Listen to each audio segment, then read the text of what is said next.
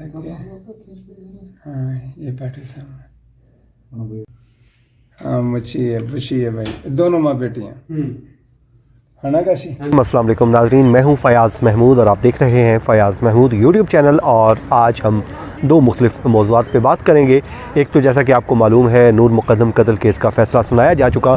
अब उसका जो अगली स्टेज है यानी कि नेक्स्ट मरहला वो शुरू होने के जा रहा है। आप लोगों की जानिब से मुसलसल एक सवाल पूछा जा रहा है तो सोचा कि उसका जवाब भी दे दूँ। और उसके अलावा लाहौर में जो वाक़या पेश आया है एक ख़ातून के साथ जिसको सिर्फ 11,000 रुपये की ज़मानत के इवज़ उसके टुकड़े टुकड़े कर कर उसको दो ख़वातीन ने एक बैग में डाला और बैग में डाल के उसको एक खाली प्लॉट में फेंकने के लिए जा रही थी।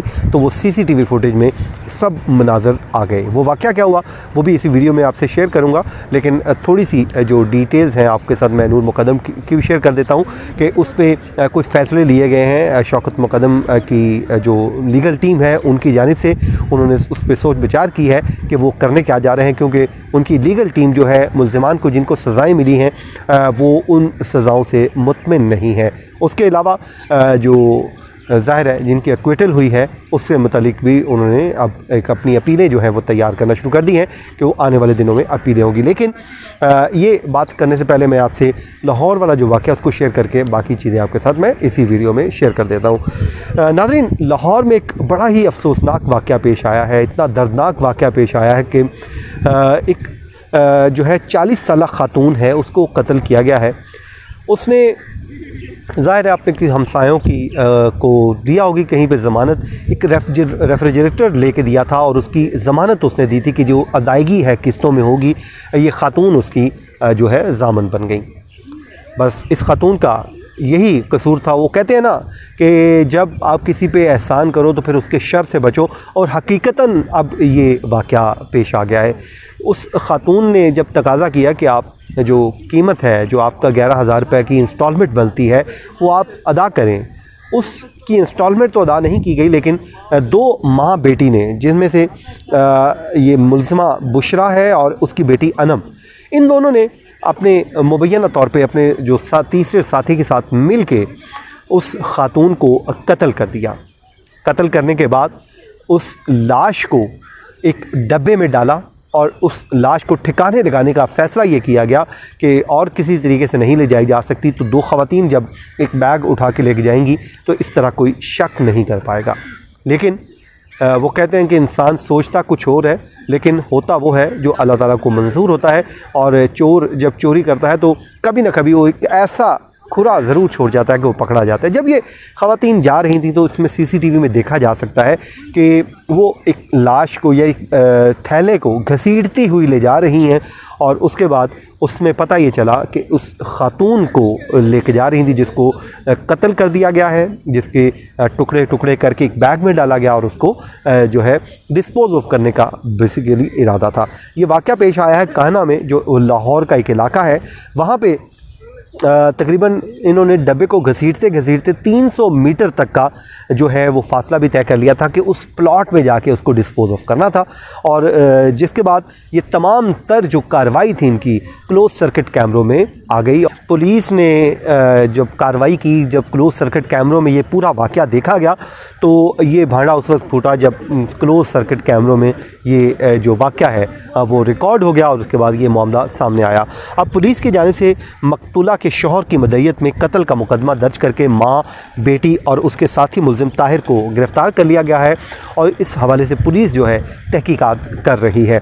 नाज़रीन, ये अफसोसनाक वाक़या लाहौर में पेश आया है जिसमें कत्ल होने वाली भी ख़ातून है और कत्ल का इल्ज़ाम जिन पे लगा है वो भी दो ख़वातीन है। सिर्फ 11,000 रुपये के लिए किसी की यूँ जान ले लेना, क्या ये इंसाफ़ है? कहीं का कोई इंसाफ़ है? 11,000 रुपये आप किसी से भी ले सकते थे, लेकिन क्या जान उसको वापस लौट दी जाएगी? तो ये एक सवाल है जिसका शायद जवाब अब किसी के पास ना हो, क्योंकि जाने वाली जो ख़ातून है वो जा चुकी है। अल्लाह ताला से दुआ है कि उनकी मग़फ़िरत फ़रमाए। नाज़रीन, जो कल फैसला आया नूर मुकद्दम कत्ल केस का, तो उसमें मेरी जो शौकत मुकद्दम की लीगल टीम है उनसे बात हो रही थी।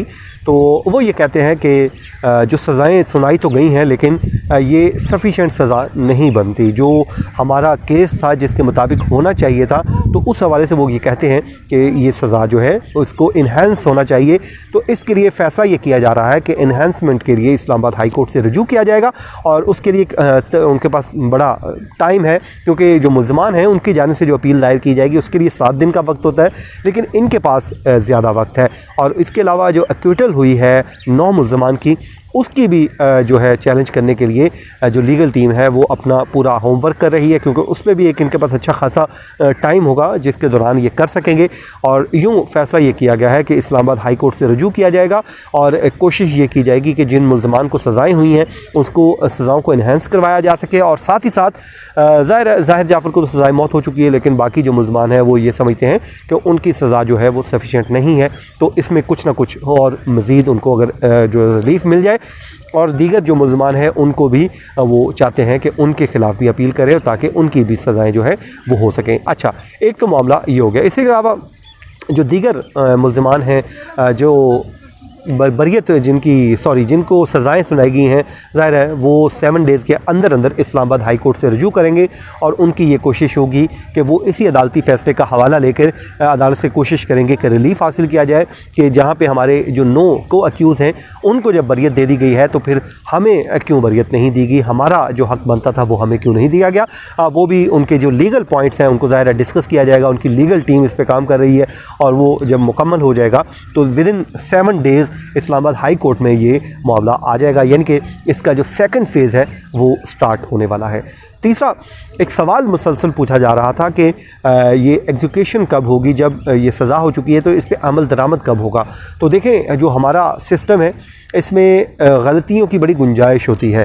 तो जब ख़ासकर इस तरह का मुकदमा हो जिसमें कैपिटल पनिशमेंट है, जिसमें सज़ाए मौत है, एक जान क्योंकि लेनी है तो सज़ा जानी है तो दी जानी, तो उसमें हर पहलू का अंदाज़ा लगाया जाता है, हर पहलू को देखा जाता है ताकि किसी किस्म की गलती ना हो जाए। तो उसमें अब ये है कि इस्लामाबाद हाई कोर्ट में अपील आएगी, और अपीलों पे ज़ाहिर है एक वो बैकलॉग होता है, पूरा एक प्रोसीजर होता है कि उसमें नंबरिंग होती है। जो अपीलें पहले आई होती हैं उनको पहले सुना जाता है, लेकिन रेयर केस होता है जैसे ज़ैनब कत्ल केस था, उसमें सुप्रीम कोर्ट की क्योंकि डायरेक्शन थी तो उसमें वो जल्दी सुन लिया गया और एग्जीक्यूशन भी जल्दी होगी थी। लेकिन तरीक़ाकार यही है कि जो पहले अपीलें आई हुई हैं वो पहले सुनी जाएंगी, और ये जो अपील है ये अपनी टर्म पे यानी कि अपनी बारी पे, और इस पर तकरीबन 2-3 साल का अरसा तो मिनिमम मेरे ख्याल में लग ही जाता है, लेकिन अगर कोर्ट चाहे तो वो जल्दी भी कर सकती है, ये उसके पास इख्तियार है। और उसके बाद ये मामला सुप्रीम कोर्ट ऑफ पाकिस्तान में जाएगा, और अगर let's suppose supreme court of Pakistan भी सज़ा को बरकरार रखती है तो फिर ये है कि जो टाइम होगा उस विदिन जो भी उसमें टाइम होगा डिसाइड, उसके दौरान इसको एग्जीक्यूट किया जाता है सज़ाओं को। लेकिन मुल्ज़मान के पास एक और ज़रूर होता है जो मुजरमान है कि वो सदर मुमलिकत से रहम की अपील भी कर सकते हैं, और वो जब फैसला हो जाए तो फिर ये जो मामला है इसको एग्जीक्यूट कर दिया जाता है। नाज़रीन, ये था आज का हमारा वीलॉग। अपनी दुआओं में याद रखिए। मुझे दीजिए इजाज़त। अल्लाह ने के मान।